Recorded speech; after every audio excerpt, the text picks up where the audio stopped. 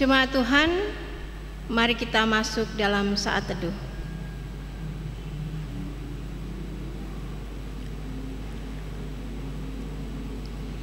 Jemaat Tuhan, mari berdiri untuk menghadap Tuhan dan menyembah-Nya serta memuliakan nama-Nya, karena kasih setia-Nya besar atas kita.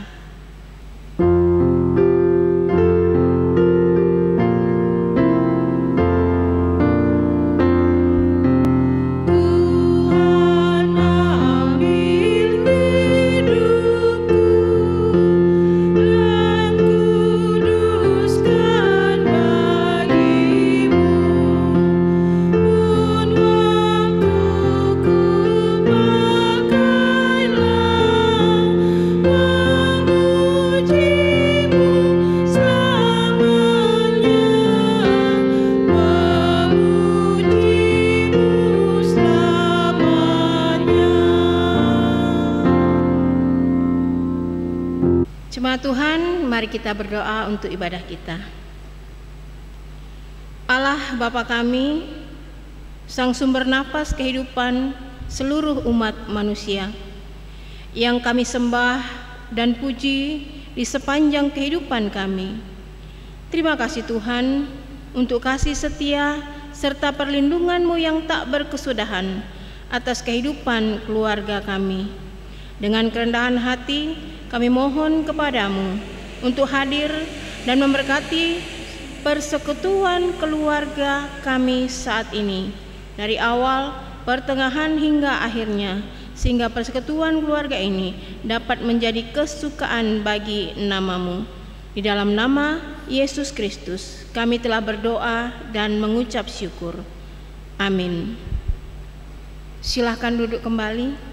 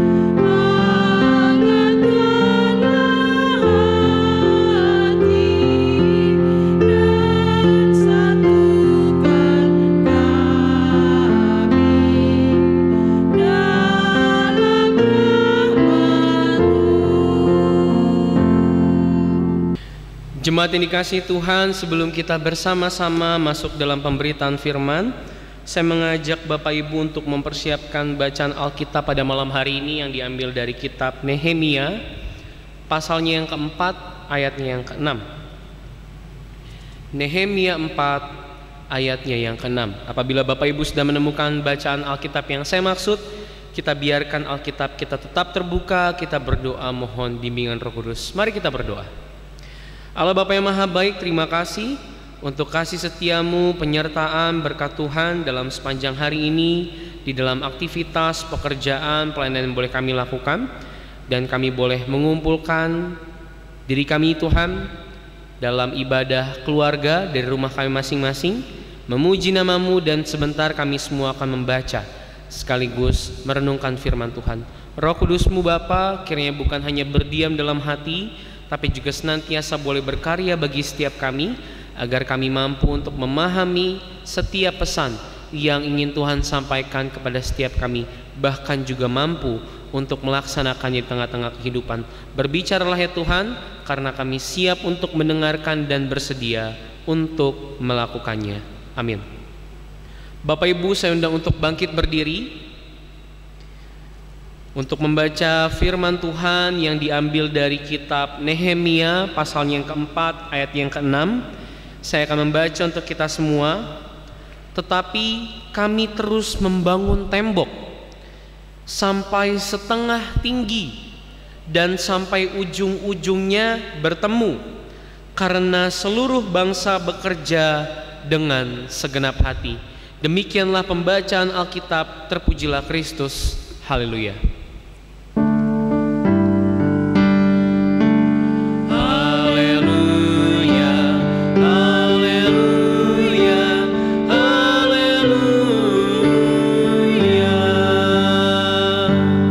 Bapak Ibu, saya persilakan untuk duduk kembali. Selamat malam Bapak Ibu, Shalom. Saya boleh mendengarkan sapaan Shalom dari pemandu lagu, pemusik, dan juga presbiter yang bertugas. Walaupun saya belum bisa mendengar sapaan dari Bapak Ibu secara langsung, tapi saya selalu berharap kita semua dalam perlindungan dan kebaikan Tuhan. Bapak Ibu, untuk memulai khotbah ini saya memulai dengan sebuah pertanyaan sederhana. Bapak Ibu, coba Bapak Ibu ingat lagi dalam kehidupan, atau mungkin baru dialami beberapa hari yang lalu atau beberapa waktu yang lalu, pernahkah Bapak Ibu diremehkan oleh orang lain? Entah mungkin sama kerabat, teman, atau bahkan anggota keluarga sendiri. Diremehkan Bapak Ibu, dipandang sebelah mata, diragukan, kamu tuh gak bisa apa-apa. Bahkan mungkin juga dihina. Aduh, pernah gak Bapak Ibu? Nah, kira-kira jika dikatakan bagi setiap kita pengikut Kristus tentang tidak membalas kejahatan dengan kejahatan, melainkan membalas kejahatan dengan kebaikan, apa sikap dan apa tindakan kita ketika berhadapan dengan tindakan yang merendahkan harga diri seperti yang saya sebutkan di awal? Pernahkah Bapak Ibu diremehkan? Sebagai pengikut Kristus yang tidak boleh membalas kejahatan dengan kejahatan, melainkan dengan kebaikan, apa yang kemudian Bapak Ibu lakukan ketika Bapak Ibu diremehkan? Hal ini saya pertanyakan Bapak Ibu karena ternyata saya menemukan jawaban terkhusus dalam pembacaan kita pada malam hari ini, yaitu dari sikap Nehemia. Nah, seperti apa sikap Nehemia Bapak Ibu dalam menghadapi remehan dari orang-orang di sekitar? Saya mengajak setiap kita untuk kembali memberikan perhatian pada bacaan Alkitab pada malam hari ini yang hanya cuma satu ayat ya Bapak Ibu, tapi luar biasa. Pasal 4 ayat yang ke-6. Tetapi kami terus membangun tembok sampai setengah tinggi dan sampai ujung-ujungnya bertemu, karena seluruh bangsa bekerja dengan segenap hati. Nah, saya mau jelaskan tembok apa yang sedang dibangun pada saat itu Bapak Ibu. Tembok yang sedang dibangun pada saat itu adalah tembok kota Yerusalem. Jadi ketika umat Israel, khususnya Yehuda yang kembali pulang dari pembuangan di Babel, setelah pulang mereka membangun bait suci. Setelah membangun bait suci, ada ceritanya dalam kitab Esra Bapak Ibu. Dalam kitab Nehemia diceritakan mereka membangun tembok kota. Nah, kenapa yang mereka duluan bangun tuh bait suci? Kenapa habis bait suci yang duluan mereka bangun itu tembok kota? Bukankah sepulang dari pembuangan harusnya mereka fokus menyesuaikan diri dengan kehidupan yang baru, belajar kembali menata dan bertahan hidup, membangun usaha dan lain sebagainya? Bukankah itu adalah hal yang lebih penting Bapak Ibu? Kenapa bait suci? Kenapa tembok kota? Kenapa keduanya itu menjadi penting? Karena bagi mereka, bagi umat Yerusalem dan juga bait Allah yang ada di dalamnya adalah merupakan tanda kehadiran Allah di tengah-tengah umat. Jadi pada kondisi itu, pada kondisi saat itu Bapak Ibu, bait Allah hancur, tembok Yerusalem rubuh, pintu-pintu gerbang terbakar. Tidak jarang atau tidak asing jika mereka hidup dalam olok-olokan dan hinaan. Kita bisa baca dalam pasal 2 ayat 17 dan juga pasal 2 ayatnya yang ke-19. Ketika Sanballat, orang Horon, orang dan Tobia, orang Amon pelayan itu, dan Geshem orang Arab mendengar itu, mereka mengolok-ngolok dan menghina kami. Jadi olokan bukan hanya didapatkan Bapak Ibu ketika mereka mengalami kehancuran dan kembali pulang untuk melihat segala sesuatu yang sudah hancur, tapi olok-olokan juga diterima oleh orang-orang Yehuda, oleh umat, bahkan pada saat mereka membangun kembali. Jadi nggak asing Bapak Ibu, karena tanda kehadiran Allah, karena bait suci, karena tembok kota sudah hancur. Kalau itu hancur artinya apa? Artinya orang meragukan kuasa Tuhan orang Israel. Tanda kehadiran Tuhan mereka sudah hancur. Orang-orang di luar golongan meragukan kuasa, bahkan mungkin juga meragukan kehadiran Allahnya orang Israel. Nah, ini hal yang sangat menyakitkan Bapak Ibu. Ini adalah hal yang sangat menyedihkan. Itulah mengapa mereka bertekad untuk membangun kembali, bukan untuk kembali memperoleh kehormatan, bukan untuk kemudian menghormati leluhur juga, melainkan demi kehormatan dan kemuliaan nama Tuhan. Mereka semangat untuk membangun bait suci dan dilanjutkan membangun tembok kota Yerusalem. Apakah proses pembangunan ini berjalan dengan lancar? Enggak Bapak Ibu. Kalau dalam pembangunan lancar mungkin ia lancar, tapi mereka dibarengi dengan ancaman dan olok-olokan dari lingkungan sekitar yang tidak suka, yang tidak setuju atas pembangunan ini. Mereka diremehkan Bapak Ibu. Kita baca pada pasal yang keempat ayat yang pertama. Ketika Sanbalat mendengar bahwa kami sedang membangun kembali tembok, bangkitlah amarahnya dan ia sangat sakit hati. Ia mengolok-ngolok orang Yahudi dan berkata di hadapan saudara-saudaranya dan tentara Samaria, apa gerangan yang dilakukan orang-orang Yahudi yang lemah ini? Apakah mereka memperkokoh sesuatu? Apakah mereka hendak membawa persembahan? Apakah mereka akan selesai dalam sehari? Apakah mereka akan menghidupkan kembali batu-batu dari timbunan puing yang sudah terbakar habis seperti ini? Itu olok-olokan Bapak Ibu.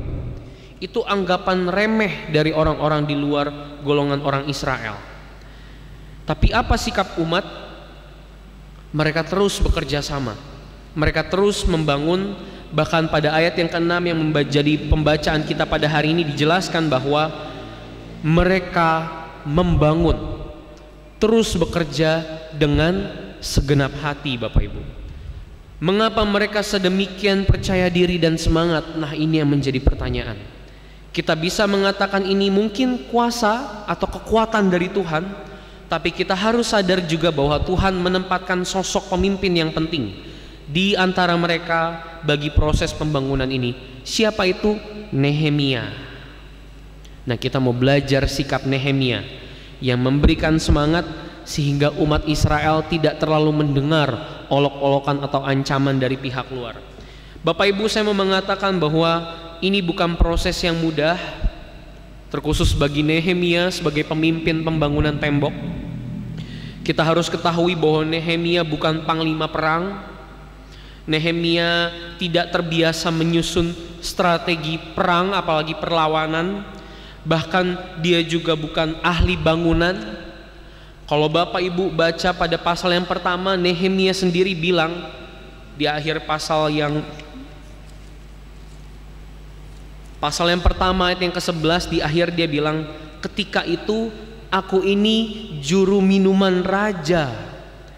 Nehemia hanya seorang pelayan anggur bagi raja Bapak Ibu. Rajanya orang Persia, yang kemudian oleh karena sikap setia dan kejujuran, yang juga oleh karena hikmat dan anugerah dari Allah, si pelayan raja ini mendapatkan kesempatan untuk pulang ke Yehuda, menyelidiki dan kemudian memimpin pembangunan tembok ini. Nah, apa yang dilakukan Nehemia Bapak Ibu dalam proses ini? Dari pelayan anggur bagi raja, pulang ke Yehuda, menyelidiki Yerusalem, memimpin pembangunan tembok. Apa yang dilakukan Nehemia sehingga boleh melalui proses ini yang tentunya tidak mudah? Nehemia mengandalkan Tuhan. Sebelum berbicara dengan raja, ia berkabung Bapak Ibu. Isi doanya kita bisa baca pada keseluruhan pasal yang pertama.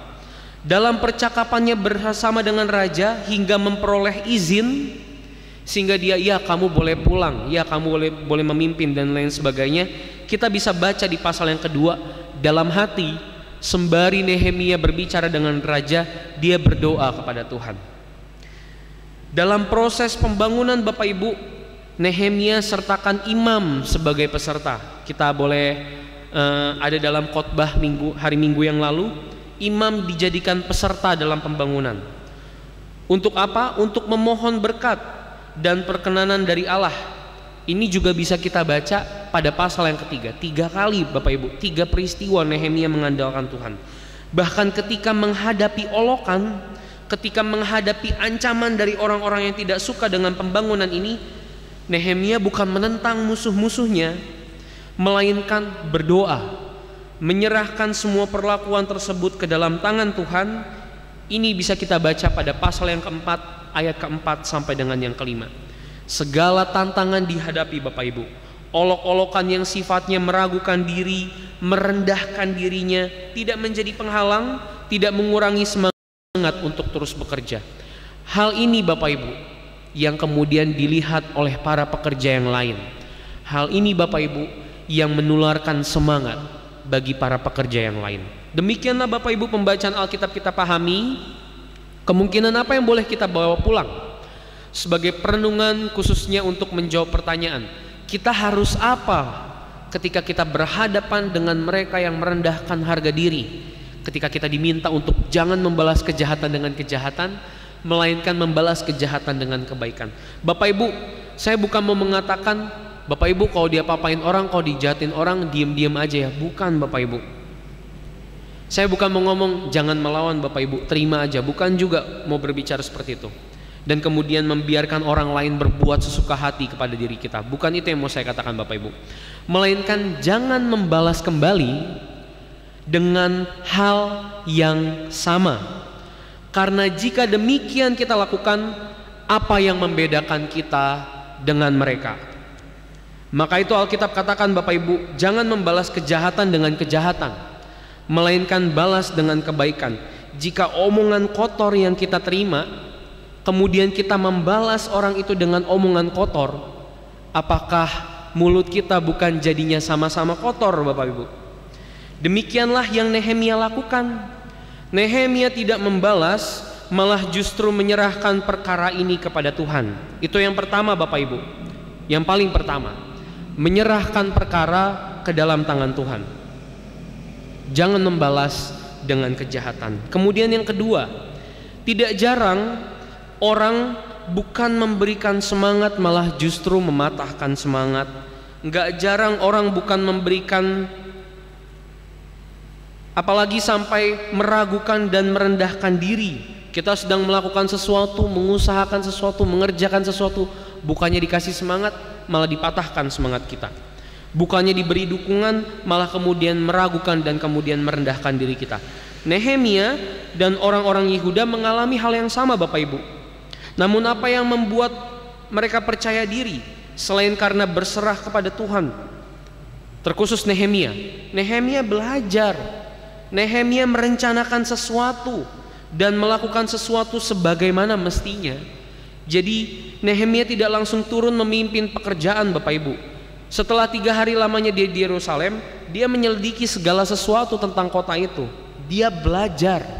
Kemudian ia menugaskan peserta pembangunan juga nggak sembarangan Bapak Ibu. Menugaskan peserta pembangunan, mereka masing-masing diberikan tanggung jawab yang sama. Jadi nggak serta-merta kamu ngerjain ini atau satu tempat semua kerja di sini, semua kerja di sini, enggak. Semua direncanakan dengan baik oleh Nehemia. Pekerjaan tidak dilakukan dengan asal-asalan, melainkan kita baca lagi pada ayat yang ke-6, pada bagian yang terakhir. Melakukan pekerjaan dengan segenap hati. Jadi mempersiapkan diri, merencanakan sesuatu dengan matang, banyak-banyak belajar dan mengerjakan itu semua dengan segenap hati. Hal ini yang betul-betul harus dipersiapkan Bapak Ibu dan senantiasa kita lakukan. Karena cemooh, sikap merendahkan diri tidak menjadi penghalang bagi setiap kita untuk melakukan dan mengerjakan sesuatu apabila kita sendiri percaya diri untuk melakukan sesuatu yang mau kita lakukan. Supaya percaya diri, apa yang tadi harus kita lakukan Bapak Ibu? Belajar, merencanakan segala sesuatu dengan baik dan mengerjakannya dengan segenap hati. Itu yang kedua Bapak Ibu.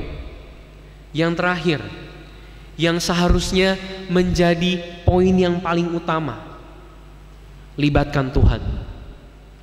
Sebagaimana Nehemia dalam setiap proses yang berjalan, dari dia masih sebagai pelayan anggur bagi raja, ia melibatkan Tuhan.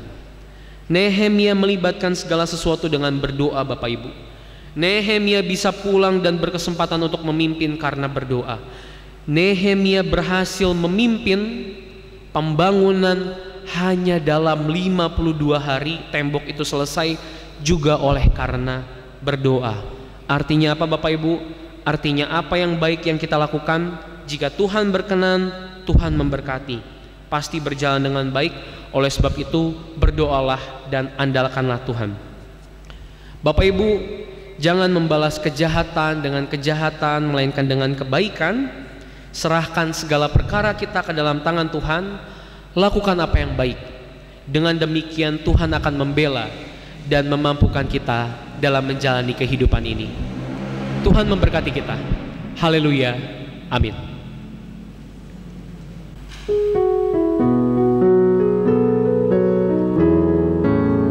Jika padaku ditanyakan apa akan kuberitakan padamu yang penuh penderitaan, kan ku sampaikan kabar baik pada orang-orang miskin, pembebasan bagi orang yang ditawan, yang buta dapat penglihatan, yang tertindas dibebaskan. Sungguh tahun rahmat Tuhan sudah tiba, kerajaan Allah penuh kurnia, itu berita bagi isi dunia. Jika padaku ditanyakan apa akan ku sampaikan padamu yang penuh dengan cobaan. Aku bersaksi dengan kata tapi juga dengan karya, menyampaikan kasih Allah yang sejati. Telah tersedia bagi kita pengampunan dan anugerah keselamatan dalam Kristus putranya. Kerajaan Allah penuh kurnia, itu berita bagi isi dunia. Jemaat Tuhan, marilah kita bersatu dalam doa. Allah Bapa yang Maha Baik, yang kami kenal dan kami sembah di dalam nama anak-Mu Tuhan kami Yesus Kristus, terima kasih untuk segala hal yang boleh terjadi dalam kehidupan ini. Suka duka Tuhan tempatkan dalam kehidupan kami, menjadikan kami pribadi yang lebih kuat, senantiasa mendekatkan diri dan mengandalkan kuasa Tuhan di tengah-tengah kehidupan. Kami mohon ampun Tuhan untuk kesalahan, kekurangan, dosa yang telah kami lakukan, yang tidak berkenan di hadapan-Mu, maupun yang seringkali menyakiti hati sesama kami manusia. Kiranya Tuhan senantiasa mau membimbing kami, menjadikan kami pribadi yang layak di hadapan-Mu, sehingga bukan hanya layak untuk menerima menikmati berkat Tuhan, tapi juga menjadi berkat bagi orang-orang di sekitar kami. Bapa, terima kasih. Dalam keterbatasan yang ada, tidak mengurangi semangat sukacita kami untuk senantiasa mendekatkan diri kami kepada Tuhan lewat ibadah-ibadah yang boleh berlangsung. Kami berdoa untuk gereja kami, GPIB Peniel Palembang, yang boleh terus melangsungkan pelayanan demi kehormatan dan kemuliaan nama-Mu. Turut campur tangan Tuhan di dalamnya. Berkati setiap kami, setiap mereka yang boleh ambil tugas panggilan pelayanan. Tuhan berikan kesehatan, sukacita, semangat, bahkan juga kreativitas untuk terus memikirkan apa yang terbaik demi pelayanan jemaat, demi pelayanan bagi nama Tuhan. Bapa, kami juga berterima kasih untuk firman-Mu yang boleh menyapa kehidupan setiap kami, mengingatkan kepada kami semua untuk tidak membalas kejahatan dengan kejahatan, melainkan dengan kebaikan. Senantiasa terus mengandalkan Tuhan, berdoa, menyerahkan segala perkara kami ke dalam tangan-Mu, dan juga melakukan, memikirkan, berusaha mewujudkan apa yang baik bagi orang-orang di sekitar kami. Karena kami yakin dan percaya Tuhan yang senantiasa membimbing, menguatkan, memampukan kami. Biarpun Bapa seringkali atau bahkan terkadang orang-orang di sekitar memberikan hinaan, cemooh, sikap-sikap yang merendahkan harga diri kami, tapi biarlah Bapa bersama dengan Tuhan kami boleh melewatinya, melaluinya, melangsungkan pekerjaan, usaha, pelayanan kami dengan segenap hati, dan Tuhan menyempurnakan itu semua sehingga boleh membuahkan hasil yang baik. Allah Bapa yang Maha Baik, kami juga mau berdoa untuk setiap kami yang pada saat ini boleh beribadah, jemaat-Mu GPIB Peniel Palembang sektor 1 sampai dengan 4, maupun setiap kami jemaat simpatisan yang juga boleh turut bergabung dalam ibadah. Pribadi lepas pribadi kami, Tuhan Maha mengetahui setiap pergumulan kami, duka kami, kerinduan kami, pengharapan kami, hal-hal yang kami nantikan Tuhan, yang senantiasa kami panjatkan dalam doa. Tuhan mendengar. Kami boleh yakin dan percaya Tuhan mengabulkan.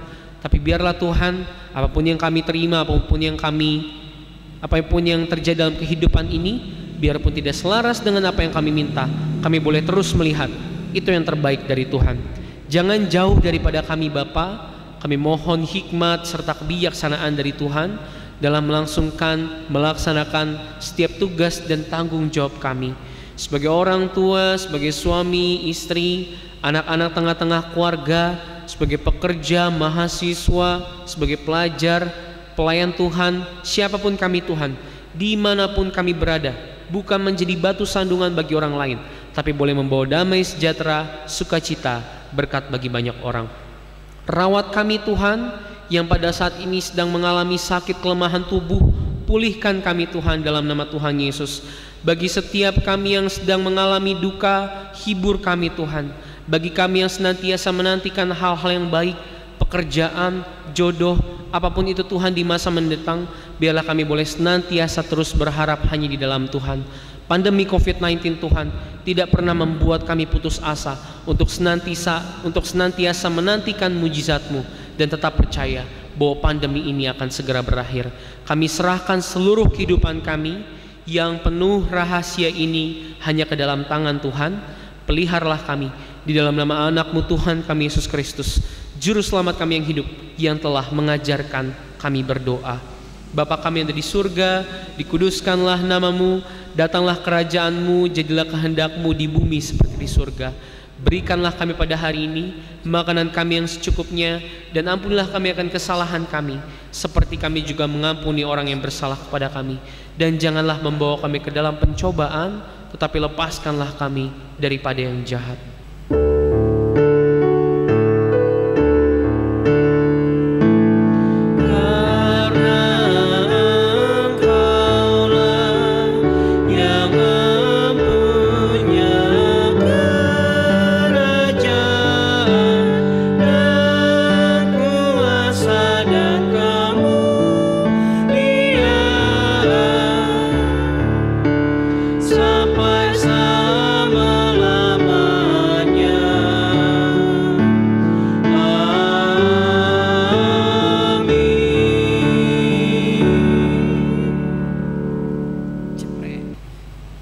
Bapak Ibu Saudara, mari kita memberi persembahan kepada Tuhan dengan hati, mulut dan tangan kita, sebagaimana tertulis dalam 1 Tesalonika 5 ayatnya yang ke-18. Firman Tuhan berkata, mengucap syukurlah dalam segala hal, sebab itulah yang dikehendaki Allah di dalam Kristus Yesus bagi kamu. Demikianlah firman Tuhan. Tuhan memberkati kita dan persembahan kita. Terimalah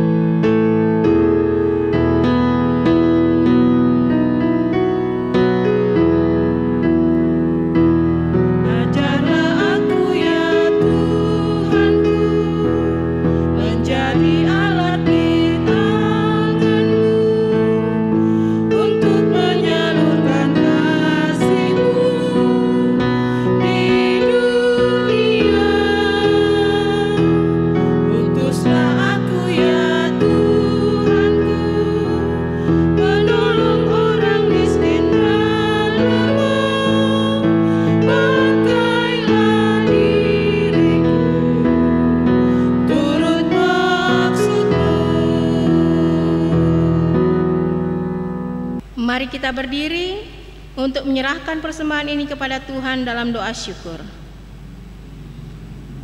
Kami bersyukur kepadamu ya Tuhan untuk limpah kasih dan pemeliharaan-Mu sampai saat ini.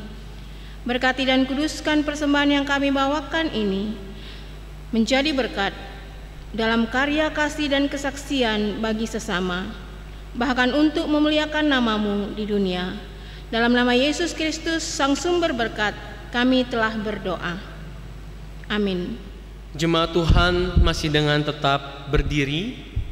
Pergilah dalam kehidupan kita masing-masing dan lakukanlah firman Tuhan yang telah kita dengar.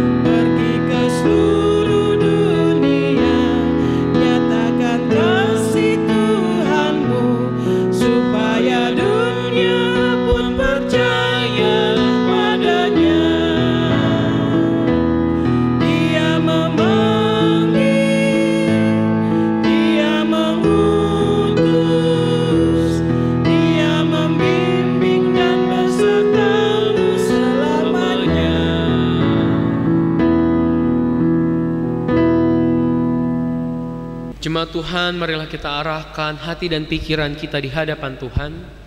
Kita terima berkat Tuhan. Kiranya kasih karunia dan damai sejahtera dari Allah Bapa kita, dari Tuhan kita Yesus Kristus, dan melalui persekutuan Roh-Nya yang kudus, menyertai memberkati setiap kita hari ini, esok kekal, sampai selama-lamanya.